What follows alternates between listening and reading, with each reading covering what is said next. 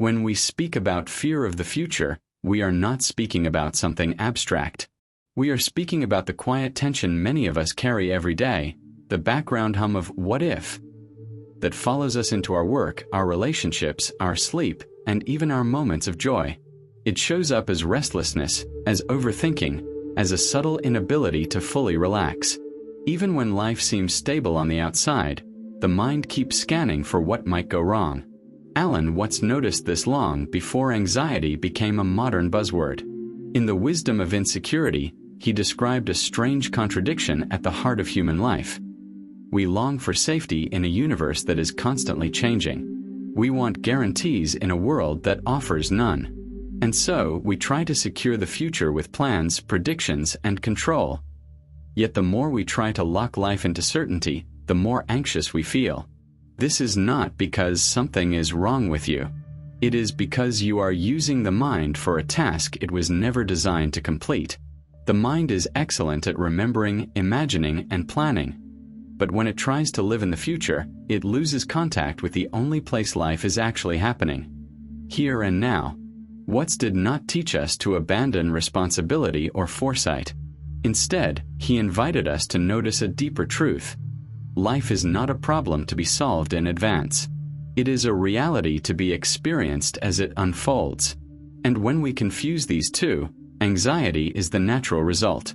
In this video, we will gently explore why the future feels so frightening, how the ego uses time to protect itself, and how you can begin to meet uncertainty with clarity rather than fear. Drawing from Watts, Zen Buddhism, Stoicism, and existential philosophy, we will look not for false reassurance, but for something more stable, an inner way of standing in a changing world. So as we begin, I invite you to relax your need to know where this leads. For now, it is enough to be here listening. Before we can understand why the future frightens us, we must first look at what the future actually is. Alan Watts made a simple yet powerful observation. The future does not exist in the way we usually imagine it. It is not a place waiting for us, and it is not a container holding events that have already been decided.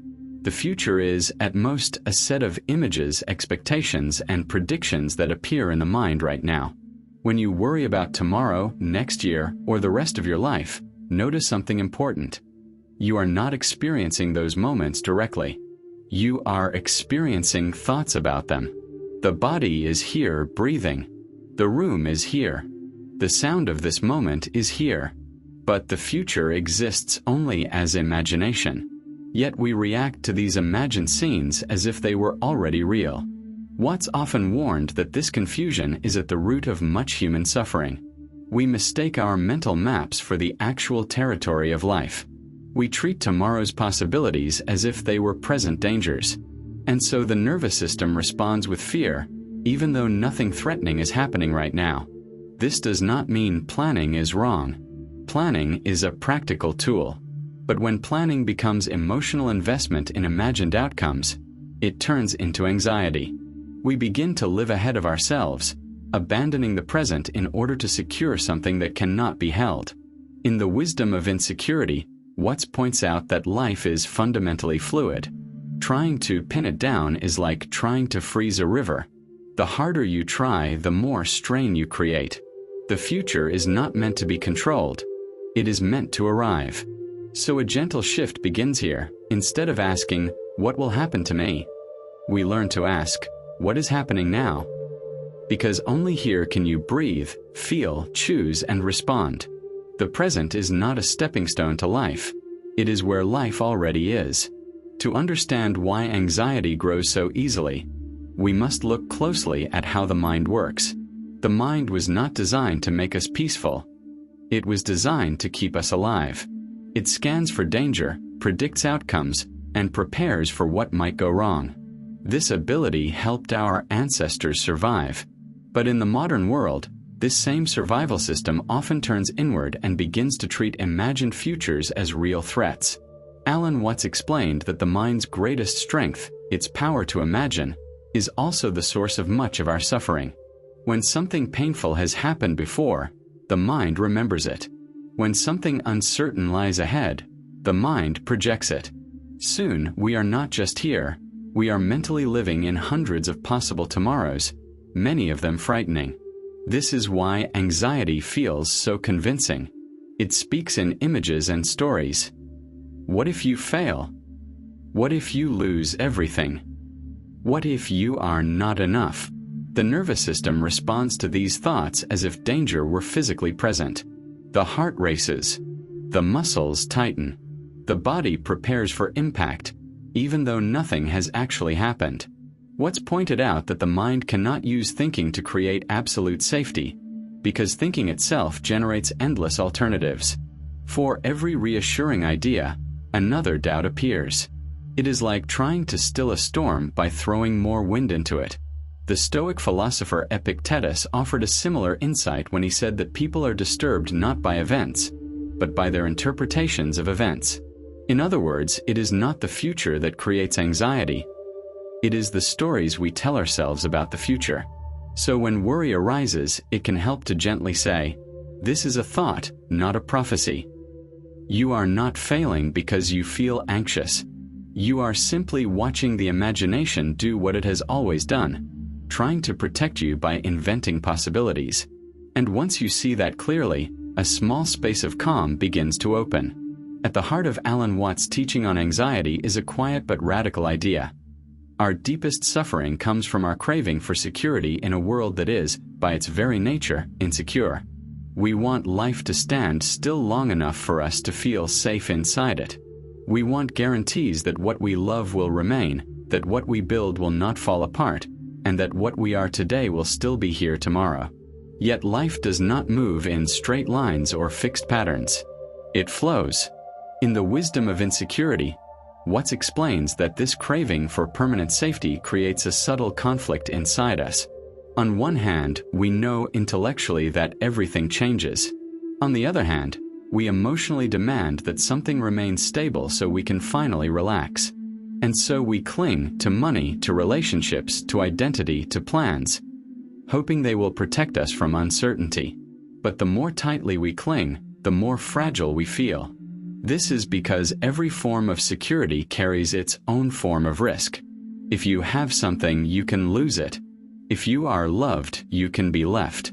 If you succeed, you can fail. So the attempt to eliminate fear by building walls only creates more things for fear to defend.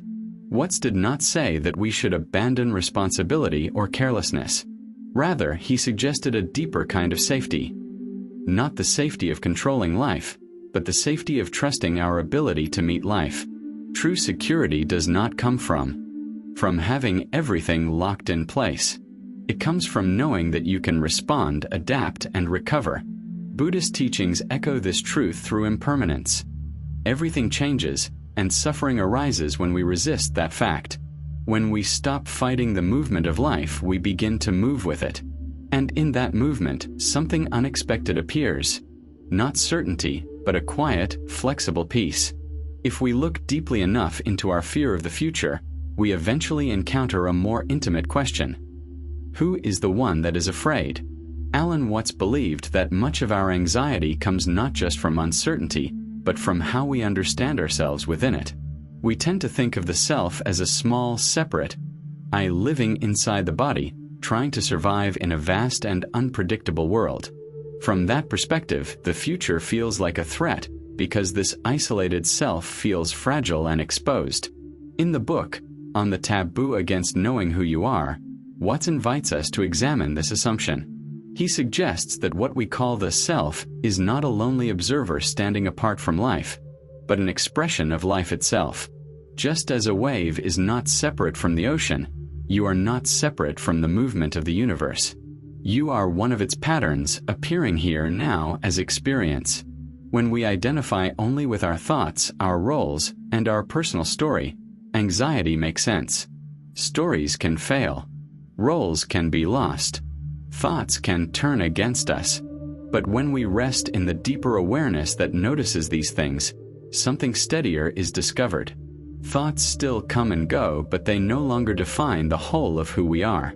Zen Buddhism, which Watts often translated for Western audiences, points to this directly. It teaches us to observe the mind rather than be trapped inside it. A fearful thought is just that, a thought. It is not a command. It is not the future itself. So when anxiety about what lies ahead arises, a gentle shift can occur. Instead of asking, "How do I stop this fear?" you might ask, "Who is aware of this fear?" In that moment of noticing, you are no longer lost inside the story. You are standing in the quiet space that sees it, and that space is already calm. Not all anxiety is a mistake. Some of it is a sign that you are awake to the fact that your life truly matters. When we face the future, we face possibility. And possibility always carries both hope and risk. The Danish philosopher Søren Kierkegaard called this feeling the dizziness of freedom. When you realize that your choices shape your life, the openness of that freedom can feel overwhelming. You could grow, fail, love, lose, succeed, or begin again. The future is wide, and that vastness can feel like a cliff edge. Alan Watts would not try to remove this kind of anxiety. He would help us see it differently. If you are anxious about what lies ahead, it may not mean something is wrong. It may mean that you are standing at the threshold of something meaningful. You care because you are alive. Viktor Frankl, writing from his experience of surviving immense suffering, observed that life does not promise comfort, but it always offers meaning. Meaning arises not from having everything go according to plan, but from how we respond to what happens. In this way, the future does not need to be guaranteed in order to be worthwhile. Watts adds a complementary insight. The universe is not something happening to you. It is something happening as you. You are not a spectator watching events approach. You are a participant inside a living process. When you see this, the future becomes less like a threat and more like an unfolding relationship. So rather than asking, "Will everything be okay?" a gentler and more truthful question appears. How will I meet what comes? That shift does not eliminate uncertainty, but it replaces helplessness with engagement. And in that engagement, anxiety begins to transform, not into certainty, but into a quiet readiness to live. Understanding anxiety is helpful, but understanding alone is not always enough. What truly changes our relationship with the future is practice. Small, gentle ways of returning from imagined tomorrows to lived reality. Alan Watts often reminded us that philosophy is not merely something to think about. It is something to feel, to notice, and to embody in daily life. One simple practice is to recognize when the mind has traveled forward in time. When you feel worry tightening in the chest or racing through your thoughts, you can quietly say, "I am in the future right now." This is not a criticism. It is a moment of clarity. You are simply noticing where your attention has gone. From there, return to the body. Feel your breathing. Sense the weight of your feet on the ground. Listen to the sounds around you. Watts frequently pointed to sensory awareness as a doorway back into the present, because the senses only exist now. You cannot hear tomorrow. You cannot feel next year. You can only feel this moment. Another helpful shift is to separate useful planning from endless rumination. Planning asks, "What is the next reasonable step?" Rumination asks, "How do I make sure nothing ever goes wrong?" The first can guide you. The second will exhaust you. So give yourself permission to plan briefly, and then stop. You might also carry a quiet phrase with you, something steady and kind, such as, "I can meet what comes one moment at a time." This does not deny difficulty. It affirms your capacity to respond. Watts did not offer us a future without uncertainty. He offered us something more practical, a way to live without being crushed by it. When you learn to rest in the present, the future no longer feels like an enemy. It becomes simply the next wave in a river you already know how to float upon.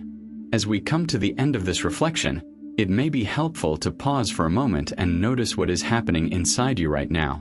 Not what you think should be happening, but what is actually here. Perhaps there is a small sense of relief.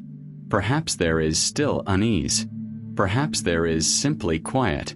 Whatever you find, allow it to be present without needing to fix it. This, too, is part of learning to live with uncertainty. Alan Watts never promised that life would become predictable. What he offered instead was something far more honest, the understanding that the need for certainty is what keeps us from fully being alive. When we stop demanding that the future behave itself, we begin to discover a deeper trust, not in outcomes, but in our ability to respond. The future will continue to arrive, one moment at a time, just as it always has. Some moments will be gentle, others will be difficult, but none of them will come all at once. You will meet each one as you have always met life, through breath, awareness, and choice. This is not something you need to earn. It is already happening. So if you find yourself anxious tomorrow, or next week, or next year, try not to see it as failure. See it as a reminder that you are standing at the edge of something alive and unfinished. Gently return to what is real. Feel your body. Hear the sounds around you. Let the moment hold you for a breath or two. Thank you for walking this path of inquiry today. If these reflections have spoken to you, you may wish to return to them whenever the future begins to feel heavy again. And until then, remember, you do not need to know where the road leads in order to take the next honest step.